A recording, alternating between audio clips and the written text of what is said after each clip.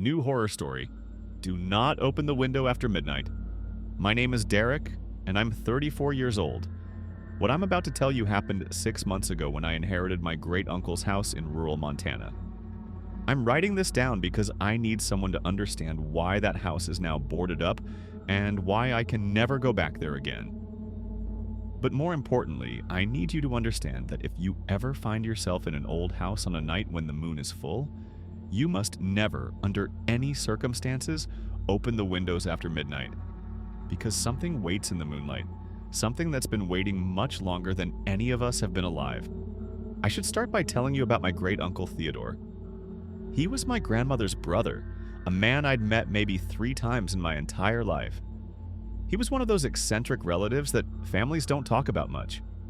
The kind of person who chose to live alone in the middle of nowhere for reasons nobody quite understood.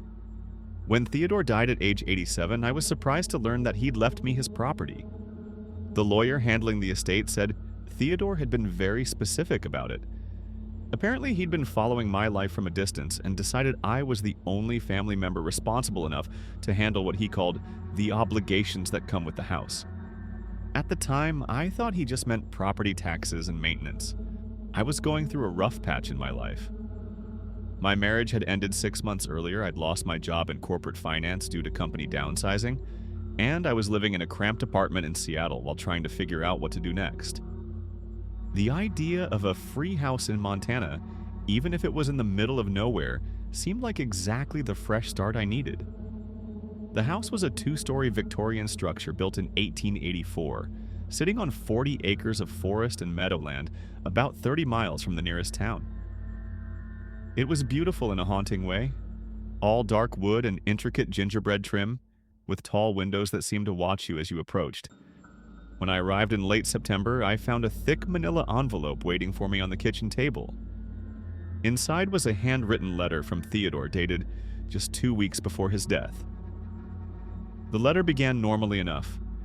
Theodore welcomed me to the house, told me he was glad it would stay in the family, and provided basic information about the water pump, the generator, and where he kept important documents. But then it took a strange turn. Theodore wrote extensively about what he called the rules of the house. He said these weren't suggestions or superstitions, but absolute necessities for anyone living there. Most of them seemed harmless enough. Don't leave food out overnight. Keep the basement door locked. Burn sage in every room once a month. But one rule stood out from all the others, written in larger letters and underlined multiple times. Never open the windows after midnight when the moon is full. No matter what you hear outside, no matter what you see, the windows must remain closed and locked. This is not negotiable. This is survival. Theodore went on to explain that he'd lived in the house for 43 years and had never once violated this rule. He said previous owners hadn't been so careful, and that was why the house had changed hands so many times before he bought it. At the bottom of the letter was a calendar marking the full moon dates for the next 2 years, with each one circled in red ink. I'll admit, my first reaction was to dismiss it as the paranoid ramblings of an old man who'd lived alone too long. Theodore had clearly developed some unusual beliefs in his isolation. But out of respect for him, and because I had nowhere else to go, I decided to humor his rules while I figured out my next move. The first month passed peacefully. The house was comfortable and well-maintained, with modern amenities Theodore had added over the years. I spent my days exploring the property, reading books from Theodore's extensive library, and enjoying the kind of solitude I'd never experienced living in cities. The first full moon of October fell on a Thursday night. I'd almost forgotten about Theodore's warning until I saw his circled calendar date that morning. Even then, I wasn't particularly concerned. I planned to go to bed early and sleep through whatever Theodore had been worried about. But as the sun set, something in the atmosphere began to change. The air grew heavy and still, the way it feels before a severe thunderstorm. The forest around the house fell completely silent. No insects, no wind, no night sounds at all. Even the old house itself stopped its usual creaking and settling noises. Around 11:30, I was reading in the living room when I noticed light beginning to filter through the heavy curtains Theodore had hung over every window. Not ordinary light, but something brighter and more intense, than normal moonlight should be. I approached one of the front windows, curious to see what was causing the unusual illumination.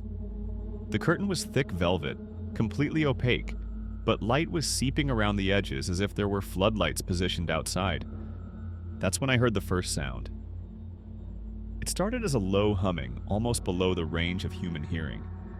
But gradually it grew louder and more complex, like dozens of voices humming in harmony. The sound seemed to be coming from everywhere at once. The forest, the meadow, even the air itself. I checked my phone. 11:47 p.m. As midnight approached, the humming evolved into something that sounded almost like singing. The voices were hauntingly beautiful, but somehow wrong, like a melody played in a frequency that human ears weren't meant to process. The sound made my teeth ache and filled me with an inexplicable sense of longing. At exactly midnight, the singing stopped. What replaced it was much worse. A soft tapping began at the living room window. Gentle at first, like rain or small pebbles bouncing against the glass. But the tapping quickly became more rhythmic, more purposeful. Something was deliberately knocking on the window, following a pattern that almost sounded like Morse code. Then I heard the voice. It was a woman's voice, sweet and melodic, calling from just outside the window. She said she was lost and cold and she'd seen my lights from the forest.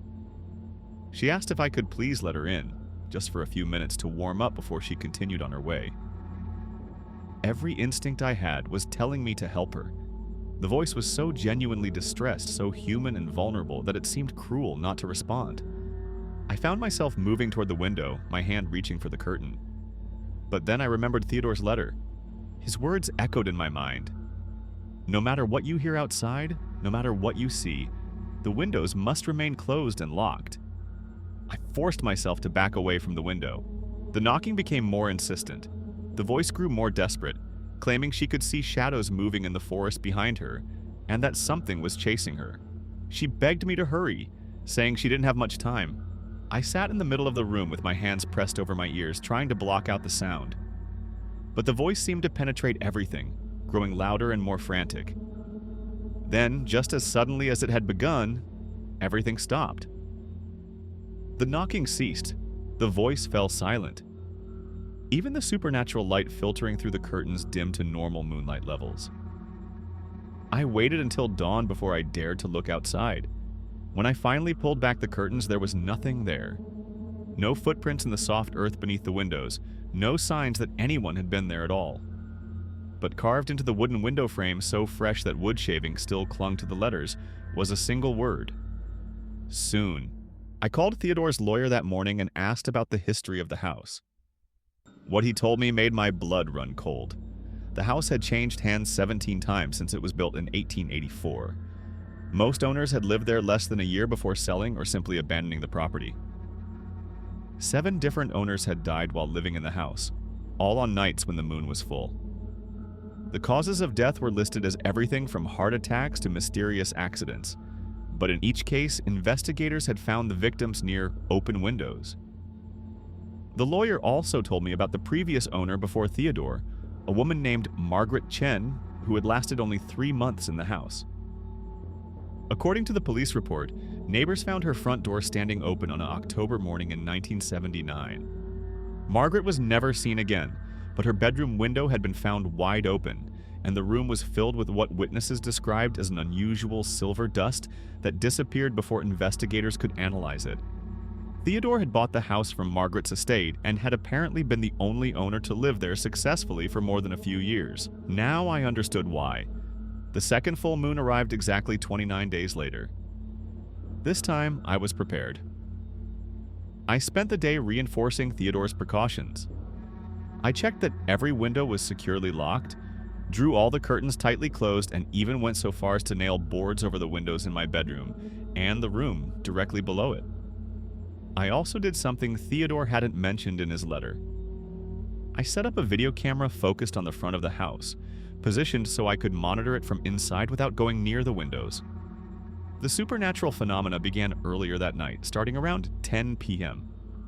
Once again, the forest fell completely silent, and that intense, unnatural light began filtering through the curtains. But this time, the activity was different. Instead of humming, I heard footsteps. Dozens of them circling the house in a slow, deliberate pattern. They moved in perfect synchronization, as if a large group of people were walking in formation around the perimeter of my property. Through the video feed, I could see shapes moving in the tree line. They appeared to be human figures, but they moved wrong. Too fluid, too graceful, like they were floating slightly above the ground. The moonlight made their skin appear silver or white, and they seemed to glow with their own internal luminescence. At midnight, the footsteps stopped, and the real terror began. Instead of one voice, there were dozens. Men, women, children, all calling out to me from different windows around the house. They told elaborate stories about being lost travelers, injured hikers, escaped prisoners seeking help, families whose car had broken down in the forest. Each voice was perfectly human, perfectly convincing. They knew details about the area that strangers couldn't possibly know. They mentioned local landmarks, recent weather events, even the names of people in the nearest town. But what disturbed me most was that some of the voices sounded familiar. I could swear I heard my ex-wife calling my name from the kitchen window. I heard my deceased grandfather's voice coming from the back porch. I even heard what sounded like my own voice calling from outside, as if I was somehow out there pleading with myself to be let in. The window frames throughout the house began to rattle and strain against their locks. I could hear the glass vibrating in its panes as if tremendous pressure was being applied from outside. Through my video monitor, I watched the glowing figures press against my windows. Up close, they looked human enough, but there was something wrong with their proportions. Their limbs were too long, their heads were slightly too large, and their eyes reflected the camera's infrared light like an animal's. One figure positioned itself directly in front of my camera. It looked like a beautiful woman with long, flowing hair, and features that seemed to shift and change as I watched. When she realized I was observing her through the camera, she smiled directly at the lens and began speaking. I couldn't hear her voice through the camera, but I could read her lips. Over and over, she mouthed the same words. "Let us in. Let us in. Let us in." The siege continued until dawn. When the sun rose, the figures dissolved into mist and disappeared, leaving no trace they had ever been there. Except for the new carvings in my window frames. This time, the message was longer. "We know you're watching." By the third full moon, I had done extensive research into the history of my property and the surrounding area. What I found made me realize that Theodore's rules weren't superstition. They were the result of nearly 40 years of trial and error, learning how to survive something that defied all logical explanation. The land my house sat on had a history of disappearances going back to the 1800s. Native American tribes in the area had legends about moon spirits that would lure people into the forest on certain nights. Early settlers reported losing livestock and family members to mysterious circumstances that always coincided with the full moon. But the most disturbing information came from a journal I found hidden in Theodore's study. It was written by the house's original owner, a man named Mark, who had built the Victorian mansion for his family in 1884. According to Mark's journal, the entities weren't random supernatural creatures, they were something far worse. The journal described how Mark's wife and 3 children had disappeared during the house's first full moon. Mark had initially believed they'd been attacked by wild animals or kidnapped by bandits. But over the following months, he began seeing them in the forest at night. They would appear at his windows during every full moon, looking exactly as they had when they were alive. They would beg him to let them in, claiming they'd escaped from whatever had taken them and just wanted to come home. But Mark noticed discrepancies. His wife would mention conversations they'd never had. His children would reference toys they'd never owned. The entities knew almost everything about their former human selves, but not quite everything. Mark's final journal entries described how he'd gradually figured out what the creatures really were. They weren't his family members returned from the dead. They were parasitic entities that fed on human memories and emotions, taking the forms of people they'd consumed to lure new victims. The entities were drawn to the full moon because its light provided them with the energy they needed to maintain their human appearances. During other phases of the moon, they existed as formless shadows in the deep forest. But on those 3 nights each month when the moon was brightest, they could take on flesh and actively hunt. Mark had managed to resist them for 2 years before he finally broke. His last journal entry described how he couldn't bear the sight of his family suffering outside in the cold. He wrote that he was going to open the windows and let them in, consequences be damned. The next owner found Mark's journal along with his body, which was discovered in the forest 6 months later. Mark had apparently died of exposure, but there were no signs of violence. He'd simply wandered into the woods one night and never returned. The pattern had repeated with most subsequent owners. The entities would appear during the full moon, wearing the faces of people the owner had lost. Eventually, grief and loneliness would overcome caution, and the owner would open the windows. Theodore's genius was that he'd never lost anyone close to him while living in the house. He'd moved there as a bachelor and remained one his entire life. The entities had no emotional leverage over him, so they couldn't break his resolve. But I was different. I'd lost people. I'd experienced grief and regret and longing. And as December's full moon approached, I began to understand what the entities were planning. That night, they came wearing familiar faces. My parents, who had died in a car accident 3 years earlier, stood at my living room window. They looked exactly as I remembered them, down to the clothes they'd been wearing the last time I saw them alive. They told me they'd been searching for me, that they'd somehow gotten lost after the accident and had been wandering in the forest ever since. They said they were cold and confused and just wanted to see their son one more time. Through my video monitor, I watched myself approach the window. I wasn't consciously deciding to move. It was as if the sound of their voices was compelling me forward against my will. I got within inches of the window lock before Theodore's words echoed in my mind again. This is not negotiable. This is survival. I forced myself to retreat to the center of the room. The entities tried different tactics throughout the night. They became my ex-wife, apologizing for our marriage's failure and asking for a chance to reconcile. They became childhood friends who claimed to have been looking for me for years. They became every person I'd ever cared about who was no longer in my life. But the worst was when they became my unborn children. Late in the night, I heard children's voices calling me daddy and asking why I wouldn't let them come home. They appeared at multiple windows simultaneously. A boy and a girl, about 6 and 8 years old, with features that combined mine and my ex-wife's. These were children that had never existed, but they spoke to me with perfect love and trust. They said they'd been waiting so long to meet me and they couldn't understand why I was keeping them locked outside in the cold. I broke. I found myself walking toward the bedroom window, my hand reaching for the lock. The little girl was pressing her face against the glass, her breath fogging the window as she whispered that she just wanted to hug her daddy. But as my fingers touched the window lock, something made me look more carefully at her reflection in the glass. Her eyes were completely black. Not just the pupils, but the entire eye. A deep, endless black that seemed to absorb light rather than reflect it. I jerked my hand back and stumbled away from the window. The children's voices immediately changed, becoming deeper and more aggressive. They snarled and hissed, demanding to be let inside. Their sweet faces contorted into something predatory and inhuman.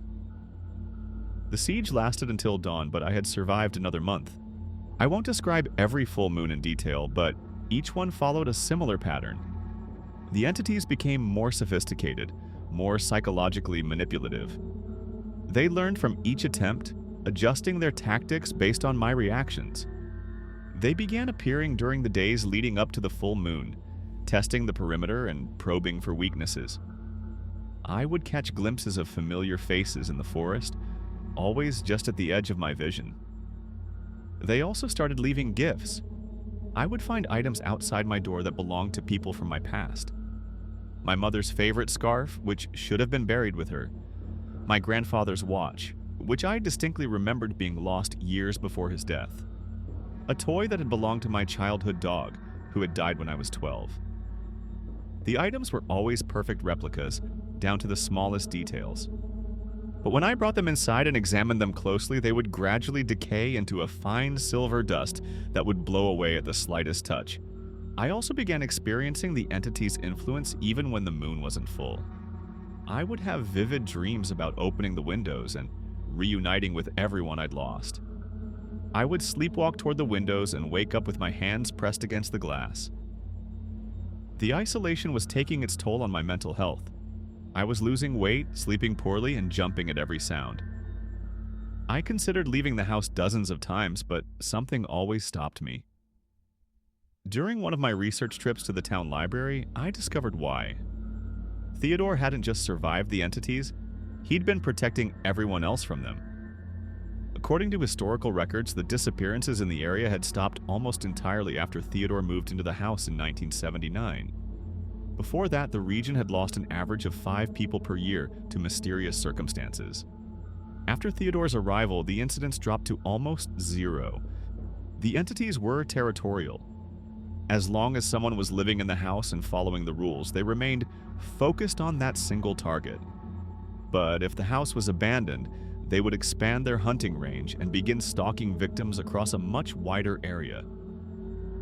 Theodore had sacrificed 43 years of his life to keep those things contained, and now that responsibility had fallen to me. By June, I was barely holding on. 6 months of psychological warfare had left me exhausted and desperate. I was drinking too much, sleeping with every light in the house on, and I'd stopped leaving the property entirely unless absolutely necessary. That's when the entities changed their strategy completely. Instead of appearing as people I'd lost, they came as people I was trying to save. I heard children's voices in the forest, crying and calling for help. Through my video monitor, I could see small figures stumbling through the trees, apparently lost and terrified. They weren't trying to get into my house, they were running away from something deeper in the forest. The voices were so genuinely frightened, so desperately in need of help, that every human instinct I had was screaming at me to go to their aid. These weren't the manipulative, too-perfect voices I'd grown accustomed to. These sounded like real children in real danger. For hours, I listened to them crying and calling for their parents. I watched through my camera as they seemed to hide behind trees, looking over their shoulders as if something was chasing them. Around 2 a.m., one small figure approached much closer to the house. It was a little girl, maybe 7 years old, with torn clothes and dirt on her face. She looked genuinely terrified and exhausted. She didn't try to get me to open the windows. Instead, she pressed herself against the side of my house as if seeking shelter. She was sobbing quietly, and I could see her small body shaking with cold and fear. She whispered that there were bad things in the forest that wanted to hurt her. She said she just needed to hide until morning, when her parents would come looking for her. Everything about her seemed authentic. Her fear, her exhaustion, her childlike vulnerability. It all felt completely real. Even her appearance was imperfect in the way a real, frightened child would be. I found myself walking toward the front door.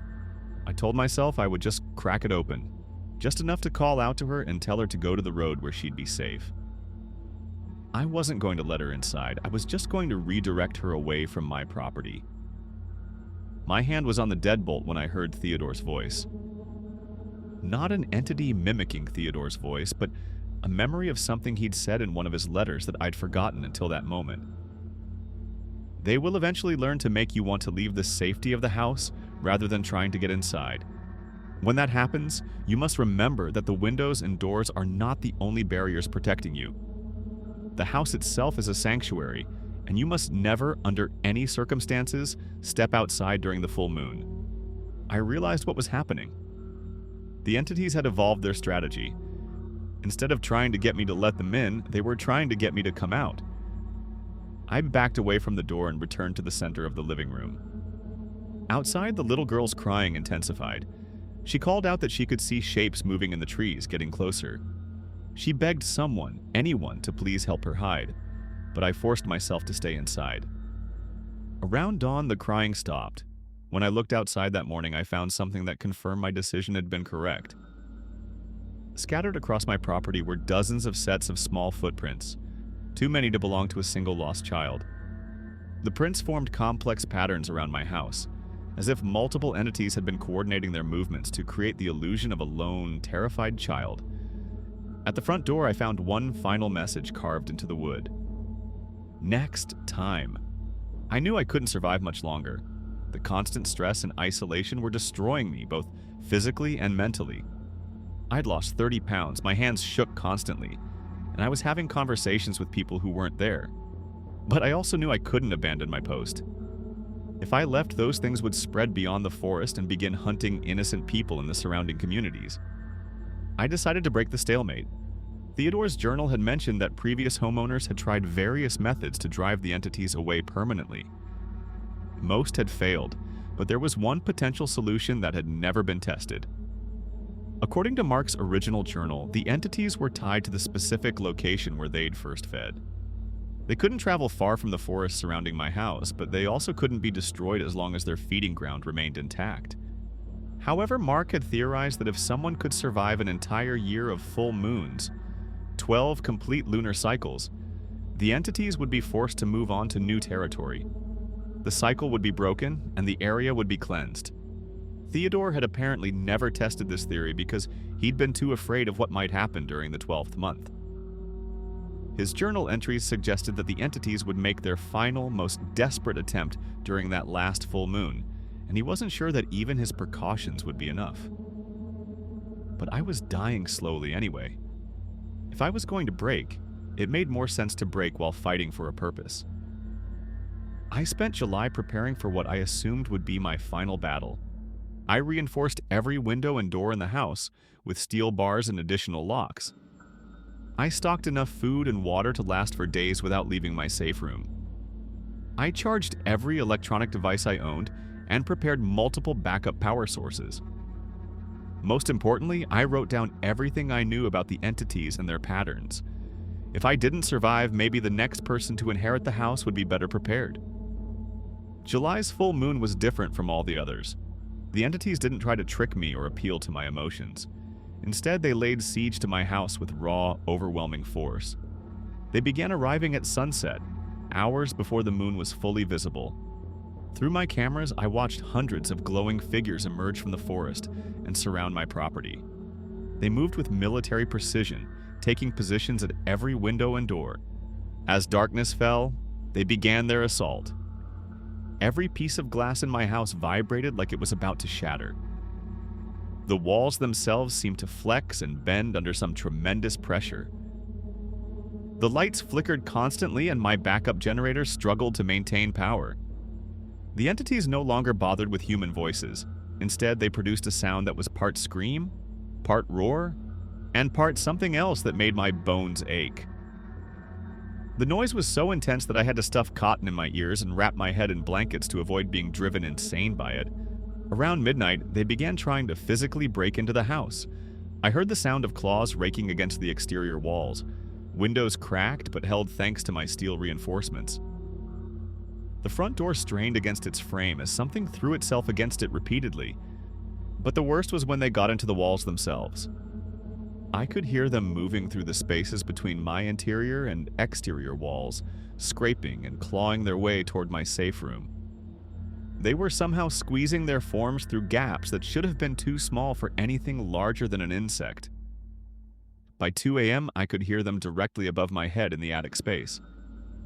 Dust and debris rained down from the ceiling as they tore at the floorboards above me. That's when I realized they were going to break through. Theodore's barriers hadn't been designed to withstand this level of assault. My reinforcements were failing. In another hour, maybe less, those things would be inside my house. I had one option left. Hidden in Theodore's desk, I'd found an old pump-action shotgun and 2 boxes of shells. Theodore's journal mentioned that conventional weapons couldn't kill the entities, but they could disrupt their physical forms long enough to escape. I loaded the shotgun and positioned myself in the center of my reinforced room. At 2:47 a.m., they broke through. The ceiling above me collapsed and 3 entities dropped into my safe room. Up close, they were even more terrifying than I'd imagined. They maintained vaguely human shapes, but their proportions were completely wrong. Arms that dragged on the ground, necks that bent at impossible angles, Faces that seemed to shift and flow like liquid. But their eyes were the worst part. Completely black but somehow still expressive. And in those black depths, I could see the faces of everyone they'd consumed over the decades. All those lost hikers, missing children, and lonely homeowners who'd made the mistake of opening their windows. I fired the shotgun at the closest entity. The blast caught its center mass and sent it flying backward, its form dissolving into silver mist. But even as it dispersed, I could hear it laughing. The other two entities moved toward me with fluid, predatory grace. I fired again and again, buying myself time but knowing I couldn't win this fight. That's when I heard Theodore's voice, as clear as if he was standing right next to me. He told me to look at my watch. 3:33 a.m. Theodore's voice continued, explaining something he'd never written in any of his letters or journals. The entity's power peaked at midnight and then gradually waned. By 3:30 a.m., they were already beginning their retreat. I just had to survive 15 more minutes. I kept firing, reloading, and firing again. The entities kept reforming, but each time they returned, they were slightly weaker, slightly less substantial. At exactly 3:48 a.m., they stopped. The three entities in my room looked at me with what might have been respect, or perhaps hunger for next time. Then they dissolved into mist and flowed back up through the hole in my ceiling. Outside, I could hear the mass exodus as hundreds of entities retreated into the deep forest. I had survived 12 full moons. The cycle was broken. I left the house the next morning and never returned. But before I left, I received one final visit from Theodore. Not an entity wearing his face, but his actual spirit, finally free to move on. He told me that I'd done what he'd never been brave enough to attempt. The entities were gone, driven from the area to find new territory far from human settlements. The forest around the house was cleansed and future residents would be safe. He also told me something else that changed my entire understanding of what had happened. The entities weren't random supernatural parasites. They were the remnants of a much older darkness that had once covered most of the continent. Native American shamans and European settlers had fought a generations-long battle to drive them into smaller and smaller refuges. Houses like mine were the final prisons, places where the last few entities were contained by people brave enough to serve as wardens. Theodore had been one of the last guardians in a network that stretched back centuries. By breaking the cycle at my house, I'd eliminated one of the last remaining strongholds. The entities that survived would be forced to retreat so far into the wilderness that they'd eventually fade from lack of victims. The war that had been fought in secret for hundreds of years was finally ending. I sold the house to a young family with 2 children. They've been living there for 6 months now, and according to my periodic check-ins, they've experienced nothing unusual. The children play in the forest without fear, and the parents sleep peacefully with their windows open. Sometimes I miss the solitude and beauty of that place, but I've never regretted my decision to fight rather than flee, because somewhere out there, other people are sleeping safely in their beds with their windows open, unaware of the darkness that no longer stalks the night. And that knowledge makes everything I endured worthwhile. But if you ever find yourself in an old house on a moonlit night, and you hear voices calling from outside your windows, remember my story. Remember Theodore's rules, and whatever you do, never open the window after midnight. Because even though the entities from my forest are gone, there might be others still waiting in the darkness. And they're always hungry. If you really like what we are doing here, please press that like button. Even a comment will help the channel by pushing the algorithm to show your favorite channel to others. And this helps us to summon more horror stories every single night.